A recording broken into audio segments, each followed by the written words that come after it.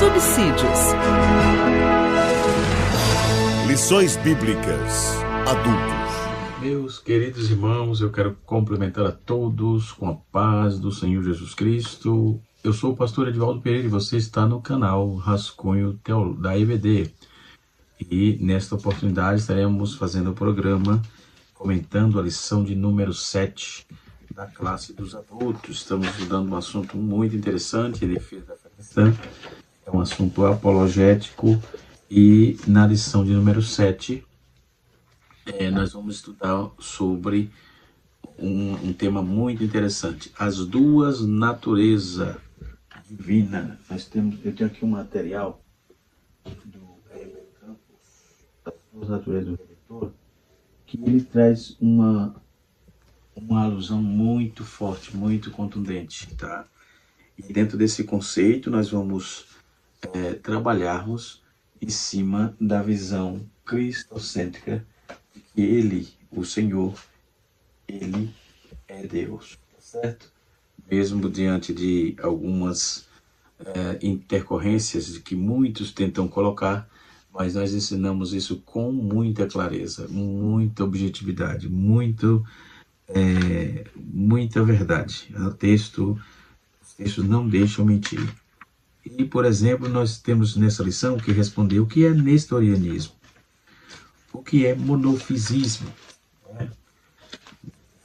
O filho é igual ao pai, nós estudamos na lição passada, Jesus tem duas naturezas.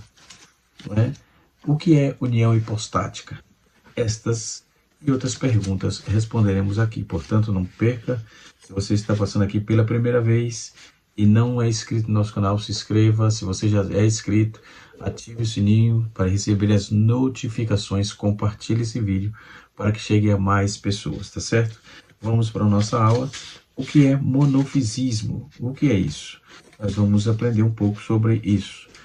Monofisismo é uma palavra que vem do grego, é monos e mais physis, ou seja, natureza. É uma doutrina que, segundo a tal doutrina, ensina que o Senhor Jesus Cristo tinha apenas uma natureza, a divina. Sua humanidade seria apenas aparente. Olha a contradição.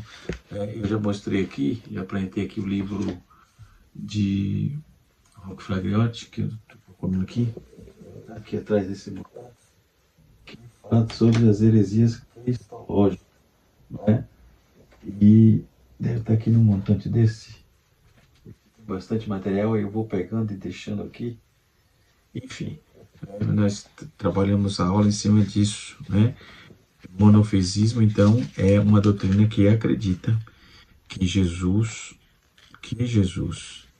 ele era divino e sua carne, seu físico era só aparente, E que é nestorianismo. Essas duas vertentes é uma problemática da heresia cristológica, Monofisismo e nestorianismo, tá certo? Nós vamos aprender um pouco sobre essa questão, depois vamos para a lição propriamente dita. Nestorianismo, do latim Ecclesi Nestorimus, é uma heresia que foi pregada por Nestório, que era Nestório, patriarca de Constantinopla, e o cerne dessa doutrina era a não admissão da união hipostática das duas naturezas divinas e humanas de Jesus Cristo, tá certo? Isso é nestorianismo. E união hipostática, o que significa isso? Nós vamos também, apesar de já ter explicado, basicamente nessa fala aqui, nós vamos trabalhar um pouco sobre isso, ou seja, é a união de pessoas, união de pessoas que têm o mesmo propósito, certo? Deixa eu achar aqui, tem um termo bem definido aqui, o que é união hipostática, tá certo? Dentro dessa questão, nós vamos trabalhar nessa lição de hoje, trabalhando esta visão bíblica, né? E baseado nesse contexto, nós vamos pautar a nossa lição de hoje, né? Conforme eu disse, estamos estudando sobre a doutrina da fé cristã, a defesa da fé cristã, apologética, né? Vamos dizer assim, combatendo as heresias, as antigas heresias que se apresentam como novas nos dias de hoje, né? Então, dentro dessa questão, nós vamos trabalhar dentro da nossa lição em cima dessas questões, entendeu? Então, união hipostática é um nome técnico que é usado na teologia cristã para descrever a união de duas naturezas, a natureza divina e a natureza humana em uma única pessoa, isto é, em Cristo. Então, essa união hipostática é um termo que é empregado principalmente na cristologia, né, com referência à encarnação, para descrever a união das naturezas divinas e humanas da pessoa de Cristo, tá certo? Isso é que é união hipostática, né? É um termo que é usado dentro do cristianismo para se referir às duas união, a divina e a união, as duas naturezas, ou melhor, em uma só pessoa, tá certo? Então, podemos entender que dentro desse conceito, né, eu até preparei aqui um assunto mais abrangente sobre o nestorianismo, sobre essas questões, nós vamos trazer aqui na pauta da nossa lição, está na pauta, né? Então, é um termo usado, que descreve como Filho de Deus, Jesus Cristo, que tomou para si mesmo a natureza humana, né? E tendo permanecido 100% Deus, e Jesus sempre foi Deus, conforme está escrito em João, capítulo 8, verso 5, 58, e João 10, verso 30. Mas a encarnação, Jesus fez carne, ele passou a ser humano, conforme vemos João, capítulo 1, versículo 14. Então, a adição da natureza humana com a divina resulta-se em Deus homem, ou seja, esta união é chamada de união hipostática, né? 100% homem e 100% Deus, né? A natureza divina, elas são da mesma pessoa e são inseparáveis. Jesus vai ser para sempre 100% homem e 100% Deus, né? Indistinta numa pessoa. Então, a sua divindade não se mistura, mas se une sem perder as suas identidades separadas. Então, Jesus às vezes vivia com limitações humanas, conforme vemos em João 4, versos número 6, e capítulo 19, versículo 28. Outras vezes, nós vamos ver com o poder de sua divindade, João capítulo 1, 11, versículo 43, bem como Mateus 14, verso 18 a 21. Então, nos dois casos, a ação de Jesus foram em sua única pessoa, Jesus tinha duas naturezas, mas uma só personalidade, ou uma só pessoa. Então, a doutrina da união hipostática é uma tentativa de explicar como Jesus pode ser dois, homem e Deus ao mesmo tempo. Então, na verdade uma doutrina que somos incapazes de compreender, se parar para pensar, né? É impossível que nós entendamos totalmente como Deus trabalha, né? Nós aceitamos, mas não vamos entender, não temos cabeça para isso, né? Ser humano nenhum. Nós, como seres humanos, que somos finitos, jamais entenderemos ou vamos supor compreender um Deus infinito, né? Isto é crasso, né? Então, Jesus é o Filho de Deus, por ter sido aí concebido pelo Espírito Santo, conforme Lucas capítulo 1, verso 35, mas isso não significa que ele não existia antes de ser concebido. Jesus tem sempre existido, e Jesus tem sempre existido, conforme João, Evangelho de Jesus que João escreveu, capítulo de número 8, verso 58. Então, Jesus foi concebido, ele tornou-se um ser humano, em adição ao fato de ser Deus, né? Jesus e os dois, tanto Deus como homem, e tem sempre sido Deus. Ele não nos tornou um ser humano para ser concebido por Maria, mas se tornou um ser humano para se identificar conosco e com nossas dificuldades, entendê-las, né, de forma cabal, conforme Hebreus capítulo 2, verso número 17, né? O mais importante que isso pode para poder morrer na cruz, por exemplo, para pagar as penalidades dos nossos pecados, nós vamos ver em Filipenses capítulo 2, versículo 5 até o versículo 11, em resumo, a união postática ensina que Jesus era 100% humano e 100% divino, e não há mistura ou enfraquecimento das duas naturezas em uma só pessoa, isto é, para sempre, né? Então, entendemos bem isso, vamos para a lição propriamente dita, né? Pois temos muitas informações aqui para tratar.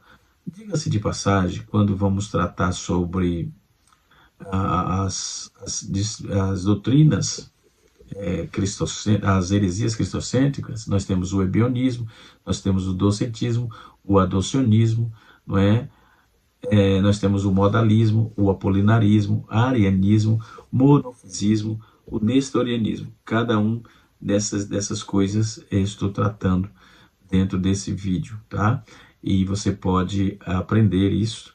Se você quiser comentar, perguntar, fique inteiramente à vontade, porque esse é o nosso papel aqui, de ministrar a palavra de Deus e interagir com vós outros, tá certo? Vamos diretamente aí para a nossa aula, né? Aula de número 7, que será ministrada no próximo dia. Deixa eu ver aqui, está marcado. Próximo dia 16. As duas naturezas, humana e divina de Jesus, tá certo? Eu já trouxe essa questão. Nós vamos trabalhar um pouco sobre essa questão das duas naturezas do Redentor. Okay? Quando vamos ver no texto áureo, está escrito assim: dos quais são os pais, e dos quais é Cristo, segundo a carne, o qual é sobre todos, Deus bendito eternamente. Amém. Romanos, no seu capítulo de número 9, no seu versículo número 5. Né?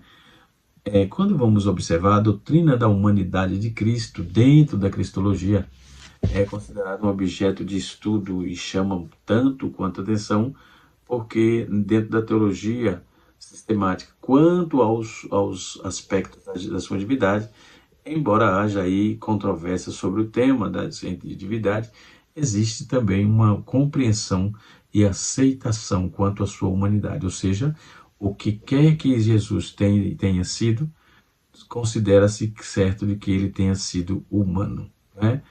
Millard Erickson, na sua teologia sistemática, vai trabalhar essa questão.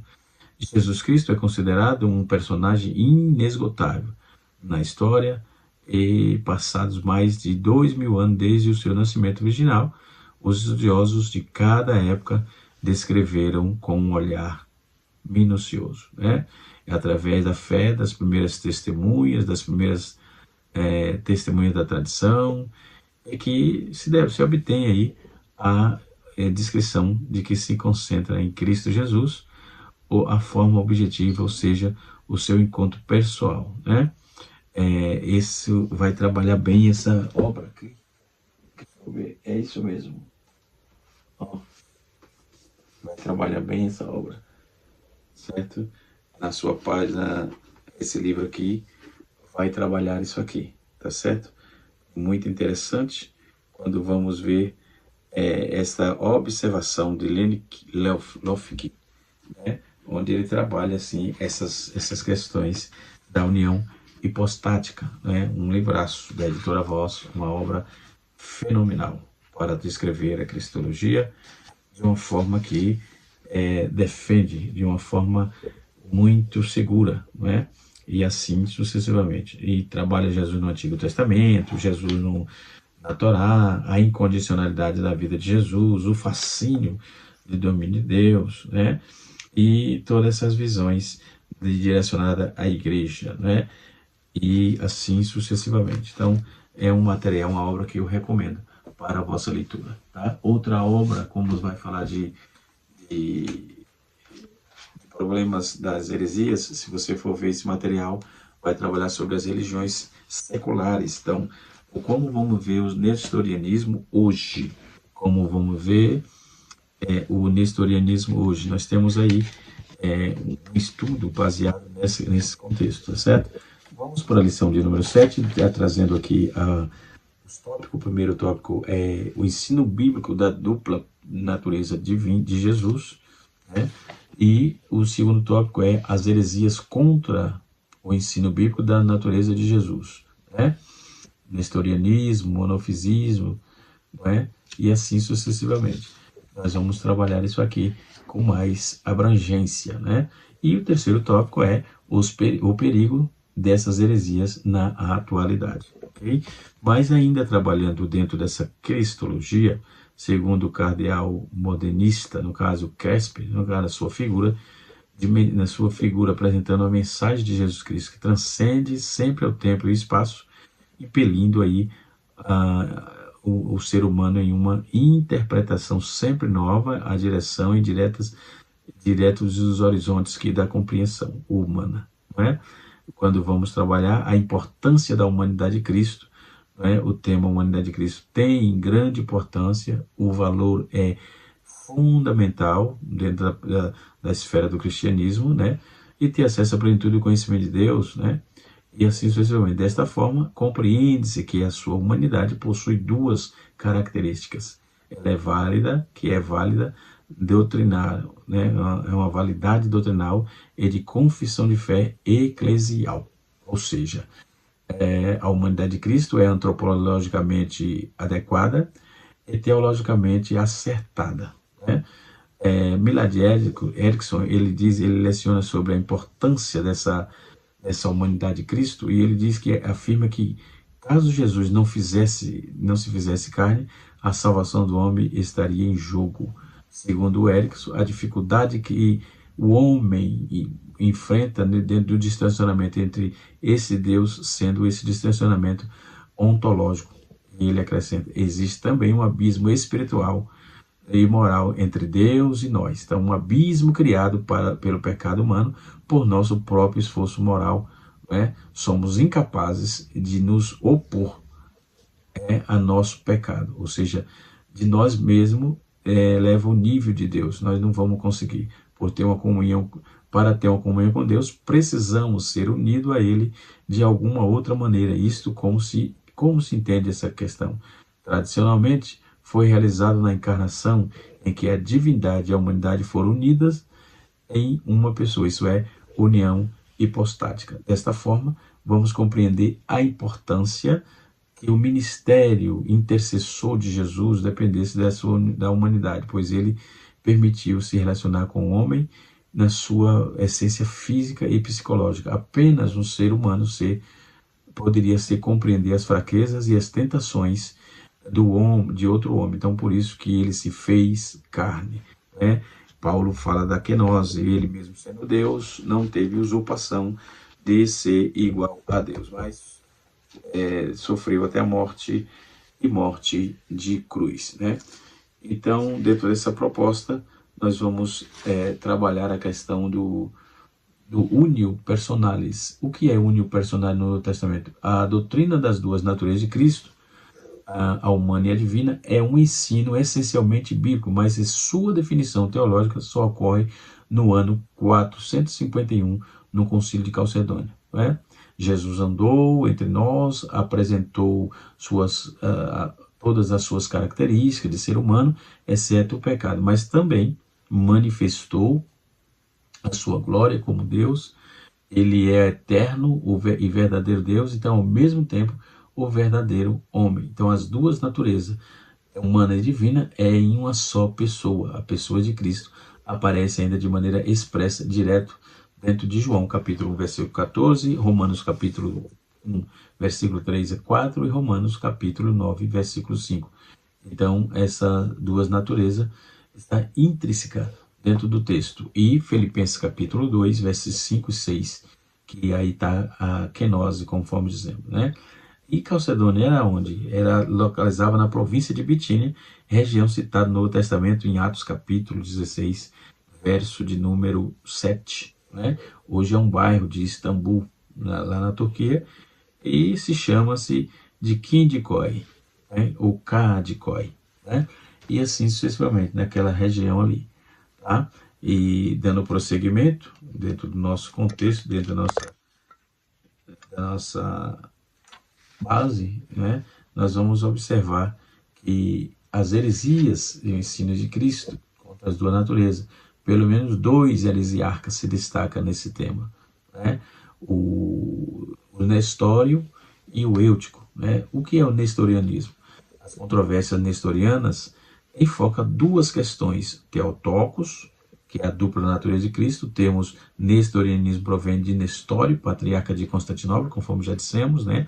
Que viveu nos idos 480 a 431 da era cristã. Ele nasceu possivelmente em 321, na Síria, viveu como monge e sacerdote em Antioquia, e quando adquiriu fama de piedade e de eloquência, em que 10 de abril de 480 a 428 foi eleito para a sede episcopal da capital Constantinopla, de grande importância política e eclesiástica. Quando o seu principal opositor, que era Cirilo de Alexandria, ele nasceu em 370, de 370 a 380, e assumiu a liderança eclesiástica em 412. Então, o nestorianismo afirmava que havia duas pessoas, a divina e humana, vivendo juntas em Jesus, mas Nestório tomou partido na controvérsia sobre Maria, chamada de Theotokos. O termo grego literalmente significa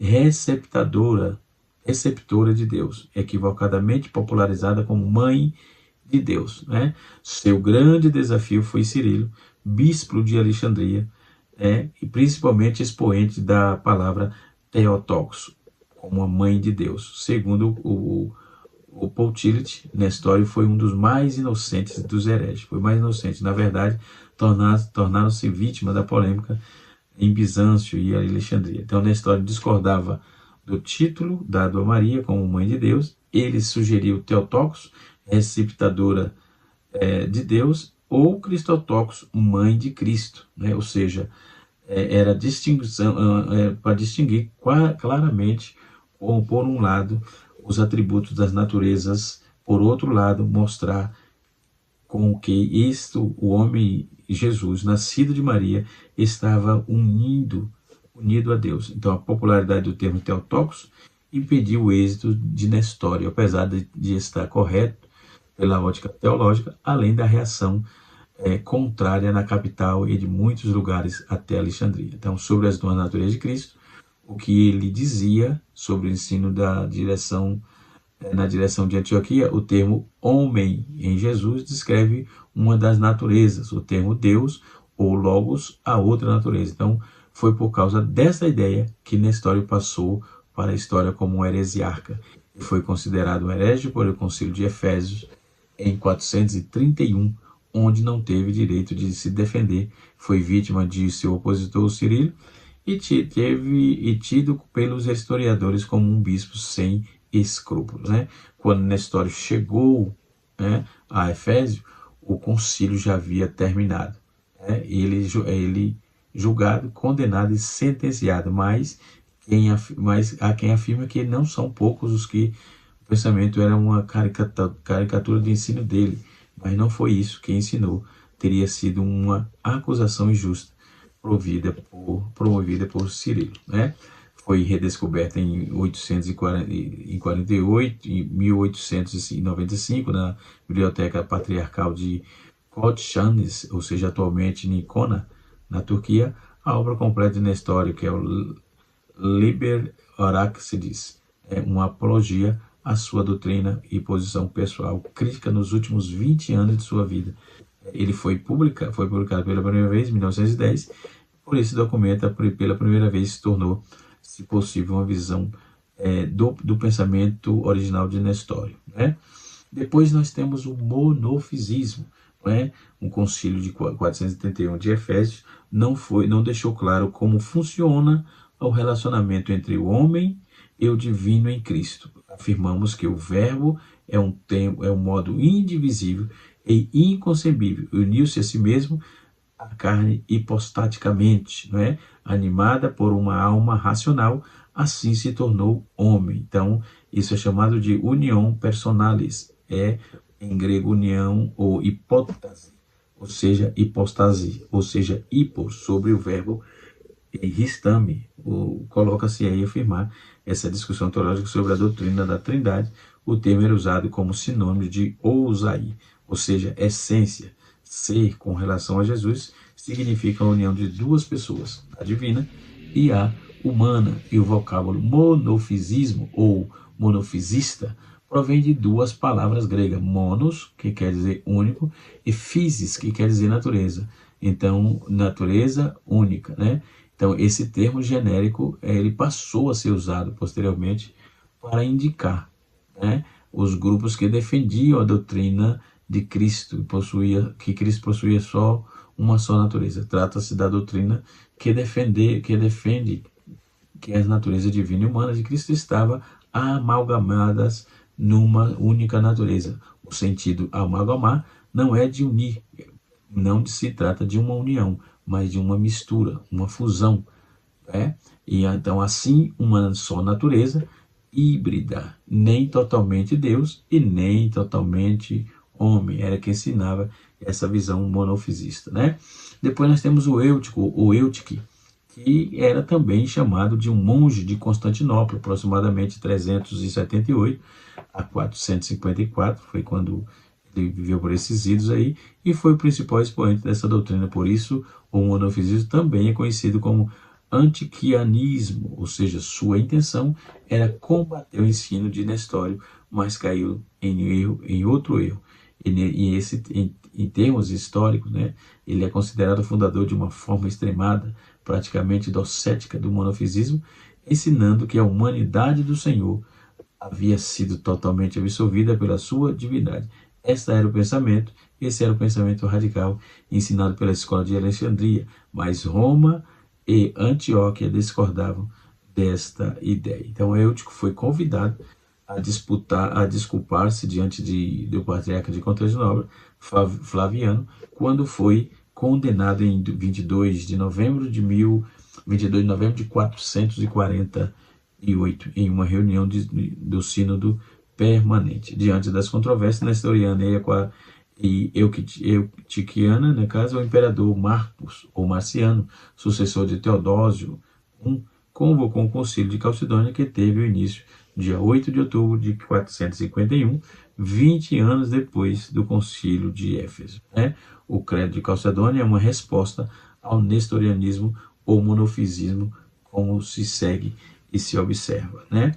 E assim sucessivamente. É diophilesis, ou seja, duas naturezas, né? Inconfundível, ou seja, ansichutes, antrepitos, ou seja, imutável. E assim sucessivamente. Então, podemos observar em larga escala essa visão cristocêntrica da divindade, né, do nosso Senhor e Salvador Jesus, ok?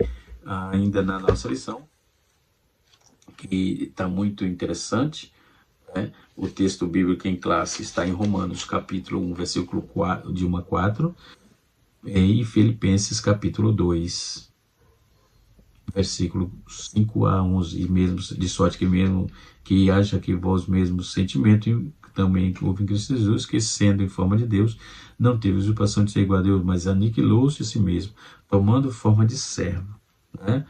Tomando forma de servo, fazendo-se semelhante aos homens, achando-se de forma de homem, humilhou-se a si mesmo, sendo obediente até a morte, e morte de cruz. Pelo que também Deus o exaltou soberanamente, lhe deu o nome que é sobre todo nome, porque ao nome de Jesus se dobre todo o joelho dos quais estão dos céus e na terra e debaixo da terra, e toda língua confesse que Jesus Cristo é o Senhor, para a glória de Deus Pai.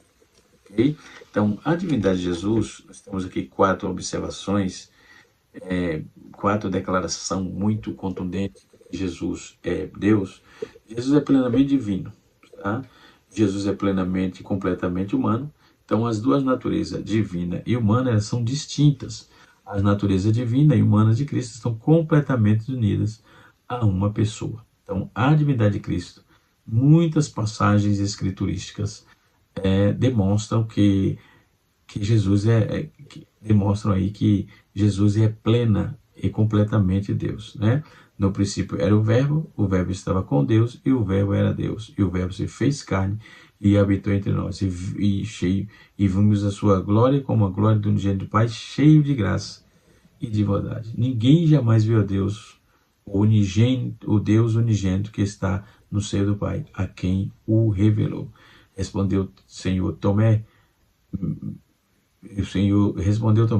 Senhor meu e Deus meu. Ele estava falando com Jesus aqui, João capítulo 8, 20, versículo 28. João 20, 28. São os patriarcas também que descendem de Cristo, segundo a carne, o qual também todos, né? Deus bendito seja para todos sempre.